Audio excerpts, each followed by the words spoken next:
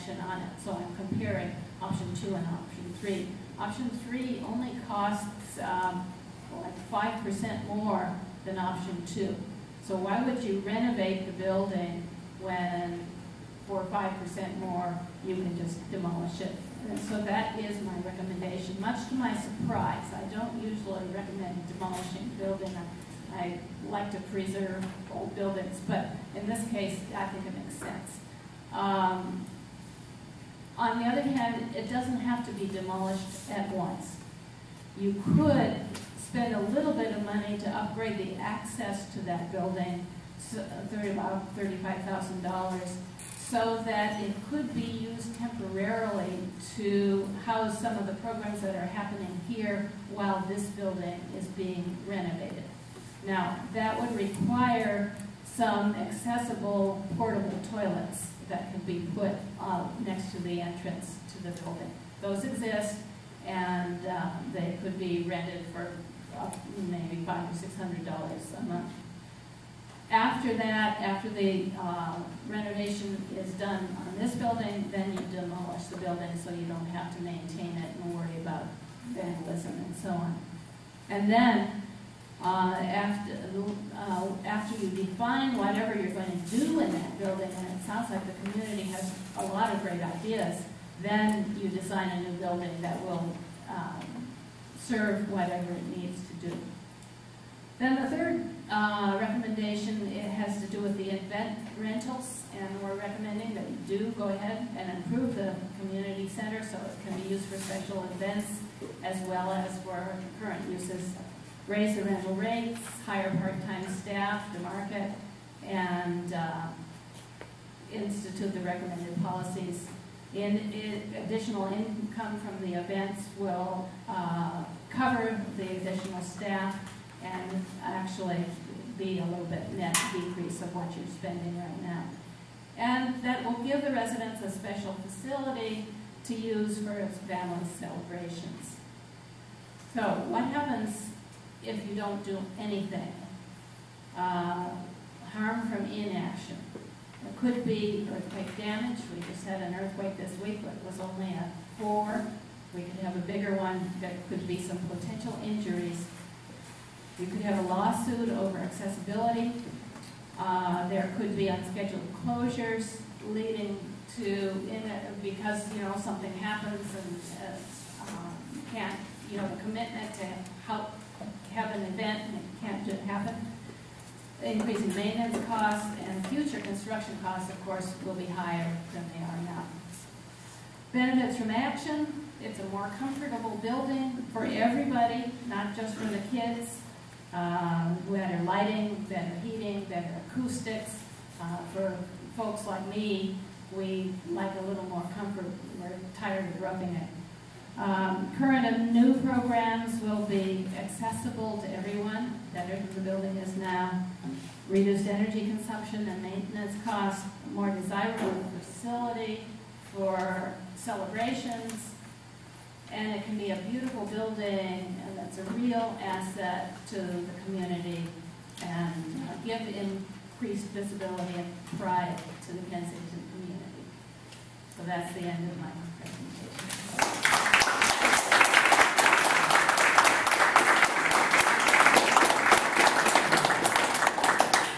I was trying to think what the best way would be to proceed, and perhaps between Lisa and Rosemary both, you could just field questions from the audience. I mean, if you could dispense with some formality here, and the board member can chime in with the audience. Does that sound good to you guys? Mm-hmm. Yep.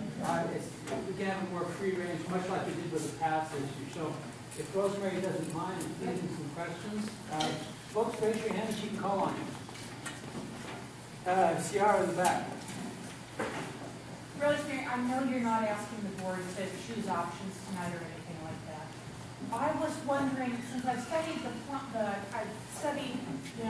your report and the comment section of the survey is not included, and I was wondering if you could have that available to the board, because I think that input from the community might be helpful to them as they look at possibilities going forward. Yes, I think we can do that. glass, and look lovely in both of the buildings. Is this going to be double pane glass and have the issues of energy efficiency and heat and factors? Well, of course, this is just a real conceptual design and have not studied energy efficiency, but yes, all glass is double pane these days. Yeah, I just comment on that, the KCC did an original study of the glass. And there is glass that is not only dual pane, but it's also tempered so that it can withstand, baseball thrown against it. And we did a study, even if you put all the glass in there, because of the upgrades of the glass, the efficiency of the building is actually improved by like 1.5%. Yeah, and then you can have what's called low E glass, which has, certain heat waves don't go through it and so on. Yeah, so it's kind of high-tech glass. More questions? Yeah. I was curious about, when you said that option 1 for the annex was the option that no one wanted. Did you say that because of the survey results? Yeah, basically, what it would do would be to renovate the annex so that it could be used again as a daycare. And it didn't seem like anybody was coming up to bat for that. I'm not saying that's a bad, I could be wrong, and you might decide that it is worth doing, but that's the way it appears to me. Yeah. This is just a quick question. I noticed in all of your pictures, you still have the what is this? Okay, yeah, these are trusses. They're called trusses, yeah. Are there other ways of showing that? You have all this glass and you have this pretty place for a wedding, and then all of a sudden you're looking up. I'm just curious, is there another way of addressing the way that looks? Yeah, that is something you can study. Yeah, You're going to see that, and I guess that's just my question. there are probably ways of covering up all or a portion of these trusses and making them look more like beams. Yeah. And you might, after you saw it, you might decide you don't want to do that, but it's certainly worth looking at as part of your final design, yeah. Folks, this really is just a conceptual overview to show you what can be done and what the cost might be. The board can drill down much deeper once it decides where it wants to go down the road and get things like design, finishes, the whole panoply of a formally designed building. Our task was to give you an idea of what's possible, what makes sense under the circumstances. Will the economic support a major renovation? Do you think this is going to make you money or just simply be an asset to the community? Those are some of the big issues you wanted to ask, and we got answered, I think, in a very good way, all the way around. It's not cheap, but... No, I just noticed even the beautiful buildings, I can still see those. Yes, the trusses are still there. Yeah. They do hold the roof up. They do hold the roof up. We want them to stay. We don't want them to fall down. Any other questions at all from the community or from the board here? Because what we thought we would do was just formally accept the report for what it is and then turn this committee loose to move forward to find ways to fund one or more of the options in it, report back to the board to say, this is what we think we can do. And we fully intend to spend the next couple of months looking at financing options to come back and say, this is how much we think we can raise of these options, how do you want to spend it? So this isn't a decision tonight on what we're going to do. It's a promise to accept the report and to go out and look for money to try to finance what is affordable for this community and to find out the community's appetite for what it wants out of this building and finalize it. I think that's a good summary of what we came to here for. Yep. So if there's no more questions, I guess I need to put the resolution to the board and ask them to consider voting on it. And I'll just read right from the report here. The committee recommends that the board approve the following motion.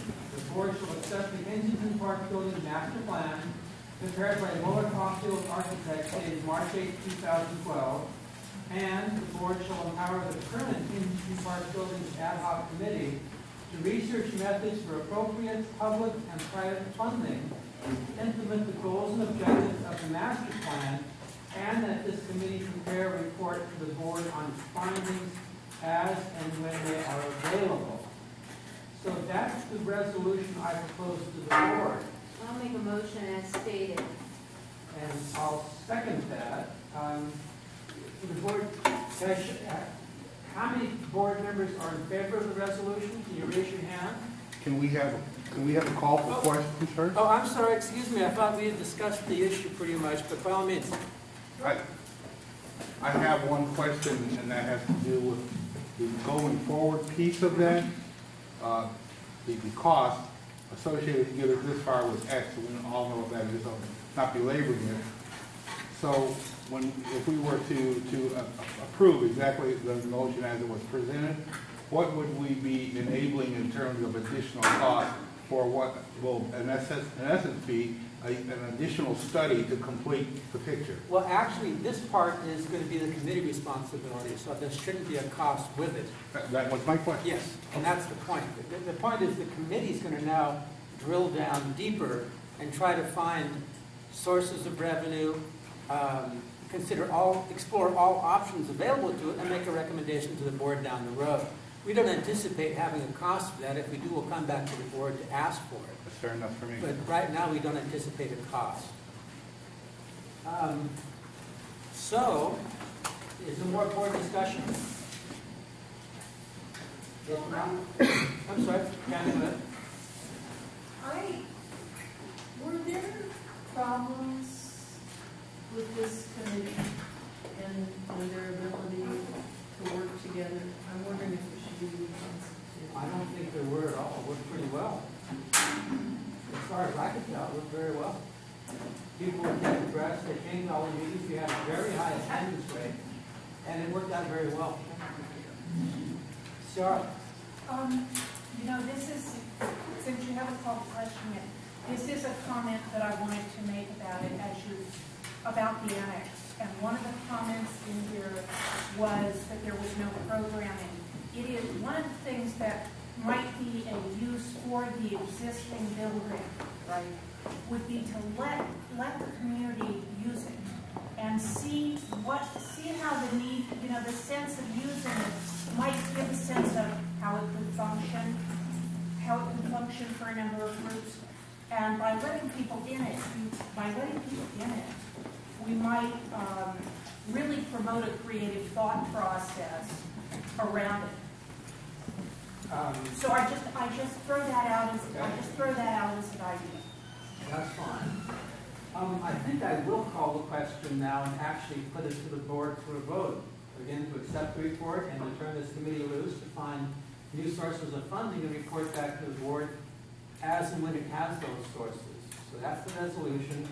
The motion is seconded. All those in favor say aye. I would like to know if there's any more public comment. Oh, I thought I had asked everybody. I don't know if She already asked. Yeah, I asked everybody. We had a discussion. I don't know if you're in the room or not, but we had a full discussion. Lisa and Rosemary led it, actually. So, all those in favor say aye. Aye. Aye. All those opposed? Any abstention? I'm sorry, I'm one? abstaining. Okay, I'm sorry, Cathie, you abstaining? I'm abstaining. Okay, so 3, 1, and 1. So the motion passes. Thank you very much for all your hard work.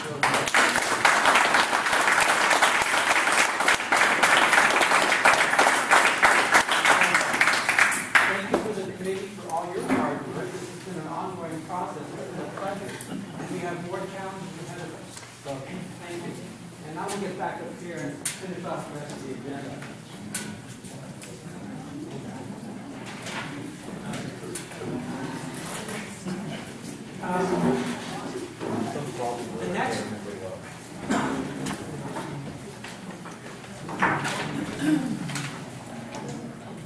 The next item is item 2.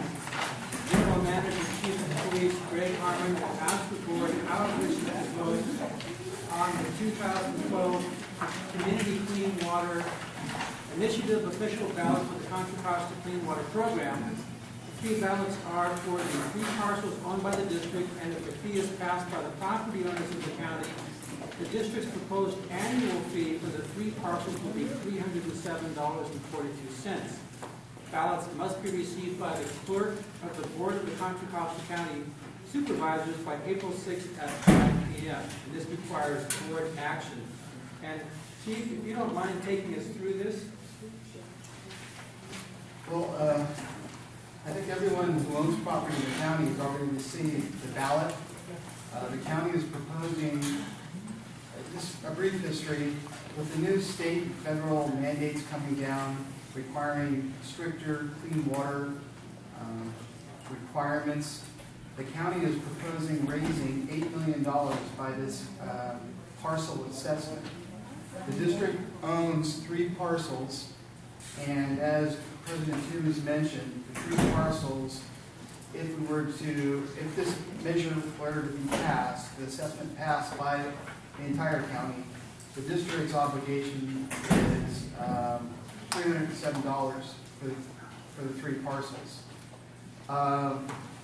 What's before the board tonight is basically, as a board, how they want to vote. Either yes, they want to vote yes for this clean water assessment, or they want to vote no. And then they'll direct me just to fill out the ballot and mail it in. For me personally, the information is in the board packet. That is the exact voter information that was sent to all the homeowners, property owners in the county. My personal thoughts on it is the county never said how they were going to spend the $8 million or how they were going to clean the water. It just seems that they're asking for $8 million. So for me personally, I voted no. But this is, like I said, we own 3 parcels in the district. This is a board decision. I'm asking for their feedback on how they wish the district to vote on this clean water assessment. Let's open it up for board discussion, and then the public can chime in. Any board members? Linda, you've done some homework on this. Why don't you share some of your thoughts with us, maybe? Yes. First, I agree with the chief that this is poorly crafted in terms of telling us what they're going to do with the money. I looked up, it was hard to find, the actual fee report, which is online. It's a 2012 Community Clean Water Initiative, and it is a lengthy document. It seems that this is another one of those situations with federal mandates that are unfunded, essentially. And that I also spoke with Al Miller today, who knows a lot about the water issues. We have to comply with ever-increasing clean water standards for storm runoff. And that includes everything from oil on the streets washing down and getting down into the aquifers and the bay, to trash bags and trash that's ending up on the shore and ultimately ending up in the Pacific Swale. That's where this whole big thing is going. It started in a smaller way where they would do actual point of letting the water out, like at a big treatment plant. And at that point they would sample it, and you'd actually have to get a permit from the federal government. These are 5-year cycle permits. And those permits would permit you to discharge your remaining water out. Now it's drilled down to where you don't have point of discharge monitoring. What you do is you have, actually the monitoring that's going on is largely from third parties. People can file lawsuits and say the water isn't being clean enough, and the penalties are rather severe if that is the case, as much as like $10,000 a day. My understanding is that I think it's East Bay Mud actually had a penalty of $70,000 for an unlawful discharge that didn't meet the permit and legal requirements. They don't have enough money. They need $8 million more. They don't tell us how they're going to do it, how they're going to use that money. They went by way of a Prop 218 hearing because there's a specific exemption in Article 13D, which is the Jarvis-Gann restriction, requiring a 2/3 vote. Sewers and a certain number of other things are exempt. Fees in connection, property-related fees in connection with sewers are exempt from that limitation if you go through a Prop 218 methodology.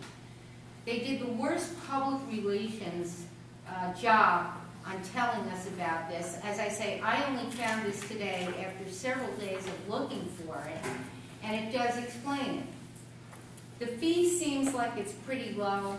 I'm pretty thrilled about what I've seen over the years in terms of the day's improvement. When I moved here in 1977, I saw nothing but trash as we drove into San Francisco on the sides of the bay with the estuaries all clogged up with old tires and that sort of thing. So we all like the clean water. We all like the improvements. The question is this a good thing to do? Should we let this poor methodology influence the outcome in a situation where the money is actually very low? I know they're suggesting for individual parcels, us as residents will probably pay around $19 a parcel, which to me is very cheap for clean water.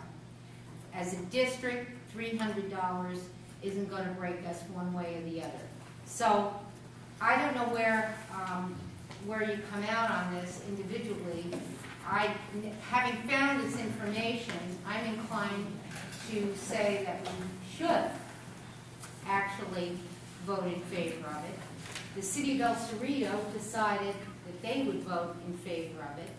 I know Joan has brought up with me the idea that places like the school system, which has a lot of tar, what do you call it? Impermeable asphalt. That's one of the ways in which they gauge how much you will pay. And the school systems are not exempt from this, according to Al Miller. I didn't find that in the report. So the school system also would be taxed. But as I say, the tax is low. I guess on balance, it's a close call for me. I don't like how it was done. I don't like this methodology. I see why they did it as not being limited to the 2/3 vote. But I still, I'll probably vote, I still didn't vote for it. I probably will vote to pay that money myself. That's what I know. Okay, other board comments or discussions? I do agree. Good. No, that's okay. I don't have any comments right now. Okay, just to clarify, so what are the areas in Kensington that would be subject to cleanup? The only thing that we have, I think, is the fact that we're unincorporated puts us in the county, and the money will go with the county, and the county will then say we have so much area which is of impermeable sites, and we have so many storm drains, like up on Highland Boulevard, there's a big storm drain and a ditch there, and I know there are ditches in other areas, and those will be points where they will try to monitor the discharge of not only chemical discharge from the roadways, but also things like plastic bags and other things, other kinds of trash. It also includes cleanup of sediments, which carry bacteria and other things. And when you look into the detail of it, they will even be looking at how many particles are in the water, so how clean is the water. Is it turbid? Is it murky? And those are parts of the requirements. So I suspect that insofar as we have roads in Kensington and storm drains, all of that will be part of the unincorporated cleanup. But I can't say anything is specifically devoted to this town. Okay. We're blended into the unincorporated. Okay. I mean, obviously you know a lot of detail here. The way I'm reading this is that if we do not do the cleanup that is required by the state and the federal government, then we can pay fines. We can be forced to pay fines. So I wouldn't want us to get into a situation where we decided not to do the cleanup that's required by the state and the federal government and then have to pay fines. So that's true, Mary. I'll pass that along to you. These are the administrative fines, but realistically, how are they going to say? Yeah, how are they going to say that the streets of Kensington produce the effluent. What they would wind up doing is finding the county if someone were able to demonstrate that there had been an unlawful discharge and it had not been cleaned up to the standards. And then it would come down to us through the county because we are blended in to the central district. There's a map here. So we could be liable for fines. We could be liable indirectly, I think, down the road. But as I say, that's debatable, whether they can actually measure it. Tony, Sorry, just one more thing. It does seem like even though Jewel Lake and Lake Anza isn't listed here, do we understand why it isn't listed? No, I don't understand. And Chief Harmon, do you know why Lake Anza is not listed?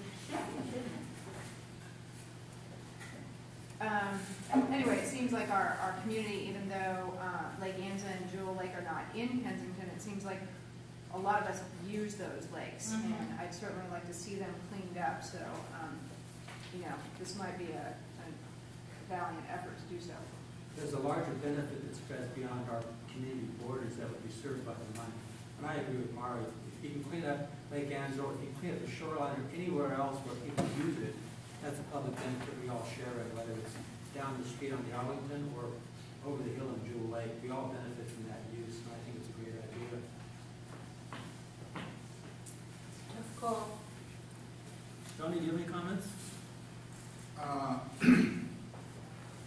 think it's, I'm not over enamored by compliance, quite frankly, but I definitely support the ecology of doing the right thing for our community we live in. And the fact is that our vote's probably not going to matter one little bit. And so it's pretty easy for me to say, this is the right thing, do the right thing for the ecology, then I would support it. Jackie, did you have any comments? No. Let's open it up for some public comment for those who would like to. And just stand up where you are with the podium's behind us, so if you don't mind. You can just stand right there, John. Okay. I have done some research on this. You can speak. And if I may be easier, Maybe I don't know. if I speak to, not just speak to the wall. My problem with this is, to the end, does the end justify the means? Because I think this is a very flawed process. The initial mayor that we got was misleading. I think when it said it would be, money would be returned to source, that's not necessarily Kensington. Money would be returned to the county. For the cities, yeah, it would go back to the cities. But the voting process, I object to that because it is not a secret ballot. You don't sign the envelope, you sign the ballot. That's true. And I think that is, for me, that alone would be, yeah, that's true, you have to sign the ballot. That would, for me, that in and of itself is enough to say, no, this is not the way to do it, county. And the whole thing has been handled by a consultant and a very intelligent gentleman at the KCC meeting the other night defined a consultant as someone who, when you ask him what the time is, he borrows your watch. I think this consultant lost the watch.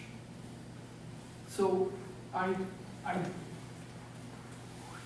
don't think we should be voting for this because I think it violates several processes. I understand the difference between a fee and a tax, and that they chose fee because it only requires a simple majority.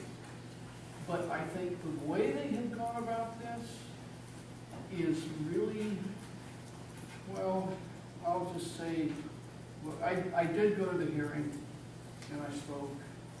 And when I finished, I just held this up and I said, I can't really use the words I would like to use to describe this document, because there are several, if not untruths, very misleading things in it. And I think the county, darn it, should go back to the drawing board and do things right. Thank you, Jim. Anybody else in the audience like to chime in? Okay, we have a decision to make about whether we vote to adopt this fee on behalf of the 3 parcels we own. Is there a resolution to that effect? I move that we don't adopt.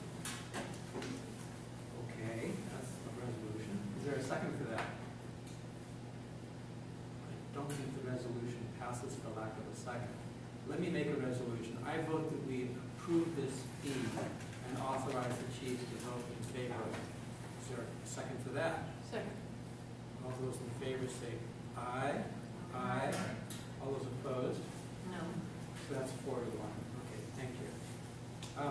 The last item is item number 3. General Manager, Chief of Police Greg Harmon will ask the board if any membership would like to be nominated for selection to run for an election for seat A at the California Special District Association Board of Directors. This requires possible board action. Chief, why don't you give us a brief outline of this? The California Special District Association, which the district's a member of, they have 6 regions in the state. This is a special call for nominations. Each region has 3 seats on their board of directors. Seat A is up for election, and what this is the opportunity, if any board member would like to sit on the California Special District Association Board of Directors, this is their opportunity to submit their hat into the election process. And if a member was interested, it would take a board resolution, we'd file it with CSDA, and then that member would actually be on the ballot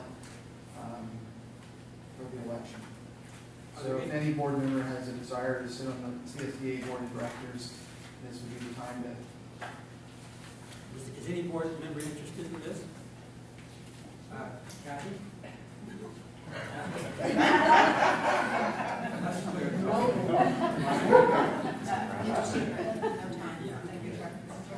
I'm not interested either for the same reason. I just don't have the time. No time.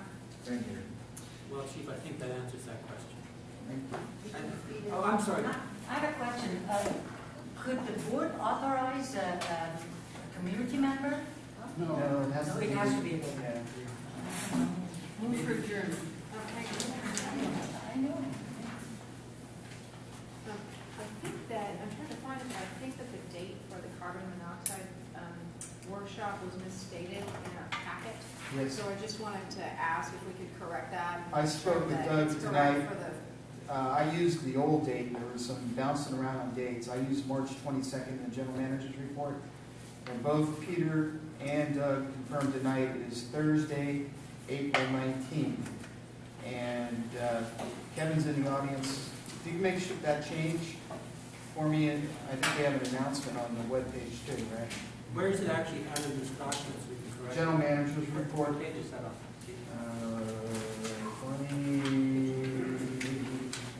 23, it looks like. I'll go with that. Yes. Okay. Yes, bottom of 23. No, nope. So on page 24, it's the 3rd paragraph. There it is. So that's going to be Thursday, April 19th.